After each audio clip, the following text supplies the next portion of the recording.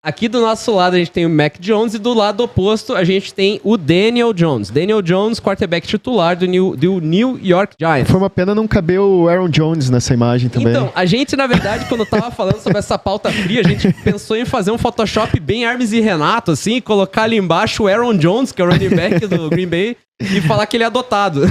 Sim. Mas assim, o ponto é que a gente veio aqui pra falar desses dois quarterbacks, porque atualmente os dois quarterbacks eles têm números, né, estatísticas ok, vamos colocar assim, pra ser titular na NFL. Ambos deles não estão passando muito das 86, dos 86, 90. Vamos só passar um histórico rapidinho dos dois ali, tipo do draft mesmo. Os dois são picks de primeiro round. Sim, claro, os dois são picks de primeiro round. O Daniel Jones de sexta escolha do primeiro round de 2019 e o Mac Jones 15ª do draft de 2021, né? Pro Patriots. O Daniel Jones teve agora a renovação do contrato dele e o Mac Jones tem uma discussão muito grande se vai ter a renovação de contrato ou não. Então, eu vou falar... A primeira coisa que eu vou falar é o seguinte. Ambos os quarterbacks, eles estão com um rating assim de... entre 85 e 90, tá? Essa é a média deles aí, considerando as últimas temporadas. E para falar bem a verdade, esse é um rating de quarterback backup de alta qualidade ou um titular de baixa qualidade, né? Vou colocar assim, ele é o mínimo que se espera de um quarterback titular, tá? Eu tô falando de rating porque o rating avalia a precisão do quarterback, quantidade de jardas, o número de TDs para o número de interceptações, e aí, consequentemente, isso vai falar, claro, vai corroborar a performance deles em campo, né? O que eles de fato estão conseguindo, indiferente do time que esteja do outro lado. Ter uma alta performance com times ruins não é avaliação. Certo? Porque não adianta nada você ganhar jogos contra cachorro pequeno. Você tem que ganhar jogos de playoff. Entende? Jogos contra equipes de playoff. Porque esses são os jogos que realmente importam. A fase regular, no final das contas, é administrável. Porque são 17 jogos, você consegue administrar os resultados. Às vezes tem uma derrota imprevista, tem uma vitória imprevista. Mas o ponto é, você só precisa ter o suficiente para classificar para os playoffs. E o ponto é, você tem que ter uma equipe capaz de vencer nos playoffs. Então, com ambos os quarterbacks, eu olho aqui hoje, e se eu tivesse que falar, né, o Daniel Jones acabou de receber um contrato massivo, assim, 160 milhões. 160 milhões, 40 milhões por ano, sabe, assim, que é muito dinheiro para um quarterback do nível dele. Como eu volto a falar, é um quarterback de performance mediana, né? Mediana eu acho que é o mais correto a falar sobre ele. Tanto que a gente até afirmou antes de começar a temporada que esse contrato, na verdade, ele veio por causa da temporada do ano passado, que a gente considera que bateu no teto e foi além do teto dele. Esse foi um comentário do Darcy aqui agora. Ele falou assim, poxa, mas a temporada do Daniel Jones, ele jogou bem na última temporada, ou será que a temporada passada do Giants foi um delírio coletivo? Não foi delírio coletivo. Tá, Darcy, não foi delírio coletivo. O elenco é bom. Veja, eles estão cercando o elenco em volta do Daniel Jones de fato. Eles contrataram o Darren Waller, cara, que é um excelente tight end, que é um tight end vertente não, mas de talento como recebedor, né? Não é um tight end das antigas, que mais bloqueia, enfim, que é mais utilizado de forma híbrida, né? É um tight end recebedor mesmo. A lá Travis Kelce. Então, assim, claro, Travis Kelce atualmente é o melhor, talvez seja o melhor de todos os tempos, considerando essa estatística. Mas, assim, o Darren Waller é um excelente recebedor, o Daniel Jones está jogando com um corpo de recebedores relativamente bom e tem o Saquon Barkley como um dos melhores running backs da liga. A linha ofensiva não é a melhor realmente. A gente achava que estaria boa, na verdade não está. Né? E aí a gente vê uma série de problemas acontecendo por conta disso. Claro, ele tem uma herança aí que tem que ser justo. Ele recebeu a pior linha ofensiva da liga no primeiro ano dele. Isso. Então, assim... E ele não tinha um técnico coach de vertente ofensiva, que exatamente. Agora ele tem, que é o Brian Daboll, que, né, Brian Daboll conhecidamente conseguiu controlar os turnovers gerados pelo Josh Allen. E fez isso com o Daniel Jones no ano passado também. E agora está fazendo isso com o Daniel Jones. Inclusive, incluindo o Daniel Jones, que até então não se sabia, mas que sabe correr com a bola. Tipo, ele não é o melhor corredor com a bola. Estamos dizendo que ele sabe correr com a bola. Ele não corre bem. Vamos deixar isso claro. Lembrando, pra quem não lembra, na verdade, fatídica corrida de 80 jardas, que ele não tinha ninguém pra taclear ele e ele caiu sozinho. Era pra touchdown, tá? Então, assim... Isso foi bom. Daniel Jones, eu acho que é um cara aí que tem um teto definitivamente, assim, claro, sabe? Muito definido, assim, muito bem definido. O New York Giants vai ter que eternamente cercar ele de caras de talento, certo? De jogadores de talento para que esse ataque de fato produza. Exato. Né? Então, assim, Daniel Jones, eu acho que eles pagaram muito caro. Né? Agora já era, né? A gente faz a pergunta sobre QB de franquia. Eles já transformaram ele num QB de franquia por causa desses 4 anos. Eu acho que essa é a primeira pergunta que, para esses 2 QBs, a gente tem que se fazer. Eles são o futuro de suas franquias? Eu não vejo o Daniel Jones como futuro. Exato, e isso é complicado porque o contrato deveria responder isso. Mas a gente vê esse contrato ser fechado e a gente não consegue enxergar ele como futuro do Giants. Olha, o Giants, ele tá numa divisão complicada, que vai ser complicada por alguns anos. Exatamente. Tá? Muito por conta do bom draft do Philadelphia Eagles, bom draft e bom general manager, né? Tipo, que conseguiu gerir, de fato, trazendo bons talentos aí por contrato, suprindo os gaps ali, né? As necessidades com bons veteranos. E o outro ponto também é o Dallas Cowboys, que, pelo amor de Deus, o Dallas Cowboys tá... Esse ano, eles estão... Cara, é o Mike Tyson. É a defesa, né? O ataque nem tanto, mas a defesa com certeza... Não, o ataque não tá comprometendo, que era o medo que a gente tinha. É o mínimo, né? Poxa, exato. E eu vou te falar que... Eu até vou referenciar isso mais pra frente, que eu quero fazer na mesa redonda aí da última semana.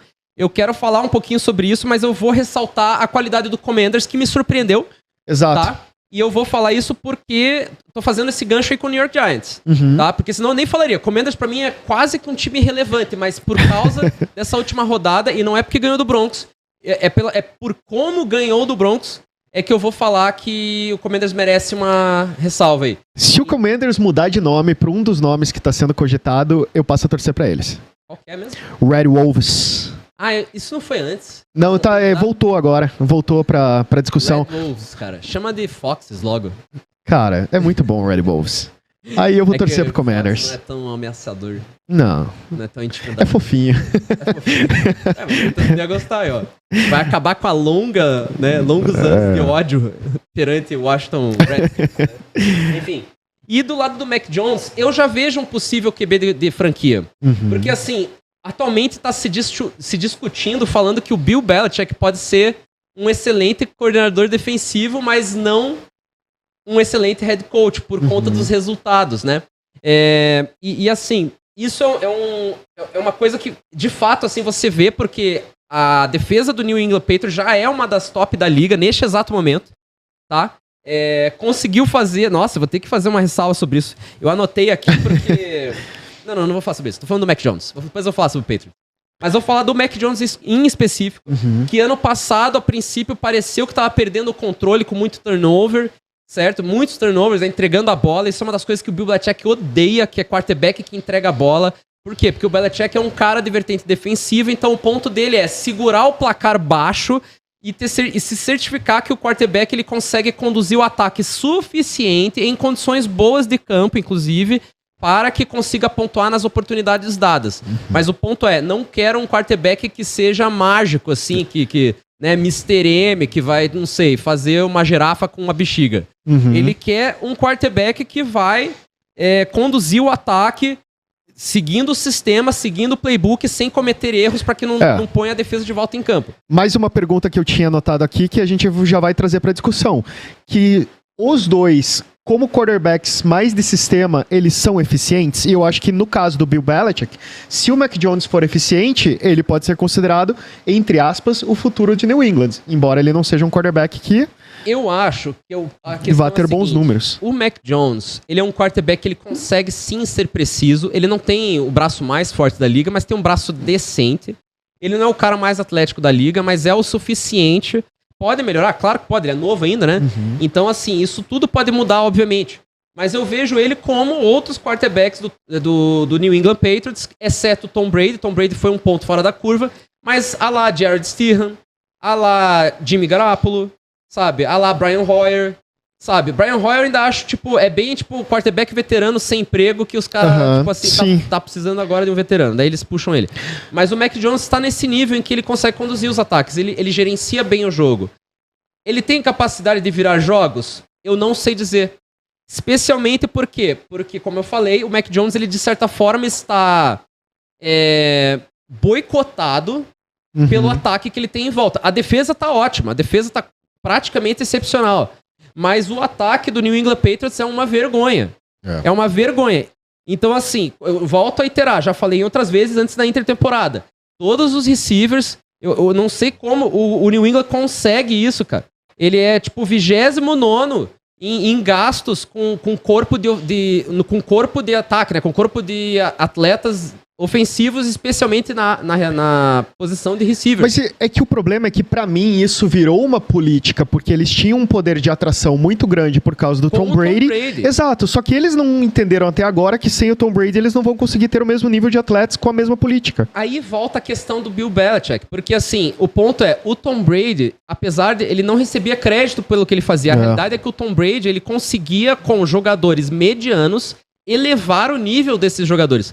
Assim, tirando o Randy Moss, tirando o Gronk, que é tipo, até o Travis Kelce se aposentar, eu considero ainda o Gronk o melhor de todos os tempos, cara, ele não teve receiver. O Edelman foi bom, mas ele não era excelente, ele nunca foi excelente, ele se tornou excelente por causa do Tom Brady, sabe? Tipo, claro, eu não quero tirar o mérito do Edelman, mas ele, de fato, se tornou melhor a nível de performance com o Tom Brady, porque o alinhamento entre os dois era enorme, era excepcional. Assim como até com o Amendola, né? Lembra do Danny Amendola? Sim. Que era cheio de lesão, conseguia funcionar com o Tom Brady. Não, 10 anos atrás a gente estava falando de 2 times disputando o Super Bowl, essas 2 franquias. 5 anos atrás, uma foto dessa ainda seria Tom Brady e Eli Manning.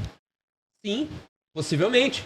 E hoje a gente tá vendo 2 quarterbacks que eu concordo plenamente com você que eles têm stats e cara de reserva. Eles têm performances de reserva, tá? Mas o Mac Jones eu vejo futuro. Tá. O Daniel Jones, eu acho que ele realmente tá no limite. E aí, respondendo um pouquinho ao que o Darcy comentou, não foi um delírio, tá? Mas o Giants, esse é o teto dele. Eu acho que o máximo que você vai ver do Giants é chegar num playoff e perder na primeira rodada ou na segunda. Entende? Ele vai ser o cara que vai se classificar pro wild card, que talvez ganhe um wild card dependendo do time do outro lado, e daí vai perder na divisional. Entendeu? Já o Mac Jones com o Patriots, ele tem chances, porque a defesa realmente é muito boa. Só que precisa cercar ele com melhores recebedores e também running back. Porque o Ezekiel Elliott, me desculpa, cara, você pegou um refurbished bem zoado. Entendeu? Você pegou um running back fora, pagou caro por um running back que não produz mais. Sim, os melhores anos do Ezekiel Elliott como running back foi no Dallas durante o primeiro e segundo ano dele. O terceiro já não tava legal. Nossa, o primeiro ano dele era insuportável. Eles iam pra todas as tentativas de quarta descida que eles convertiam. O primeiro ano dele ele voava. Mas ele também tinha uma linha ofensiva excepcional. Né? Segundo ano também. Terceiro ano já decaiu. Quarto ano decaiu. Quinto ano, cara, tipo, chega. Entendeu? Não é mais o que é. Então, ainda bem que o Packers tirou eles na final de divisão. Eu vou te falar que Daniel Jones não é um franchise QB. Ele é um QB mediano. Não vai levar teu time pro Super Bowl. Mas aí você dá um contrato de franchise quarterback pra ele e aí você compromete a tua franquia. Então, as franquias têm que parar de pagar caro por QB mediano. É isso. E no caso do Mac Jones, ele tem ainda alguns anos pela frente. Mas eu acho que ele realmente vai deslanchar quando ele tiver alguns receivers de qualidade melhor. Mas o ano que vem é o ano de contrato dele. O ano que vem é uma oportunidade. E aí, assim, um coordenador ofensivo melhor. Porque eu acho que até ele está se ajustando mais. Mas o coordenador ofensivo dele não é bom. E o ano passado foi o pior de todos. O ano passado o coordenador ofensivo foi Matt Patricia. Não era coordenador ofensivo, já começa por aí. Então, assim, com essas decisões fica difícil. Exato. Bem difícil. Então, é isso. Eu do Jonas Brothers aí, esses dois aí, cara, não... Por enquanto, não é QB de franquia o Daniel Jones, apesar de estar recebendo como um. Mac Jones ainda tem que se provar. Pode ser que seja. E eu acho que o Aaron Jones é um running back de profissão. Vamos responder 3 perguntas, então, sobre os dois.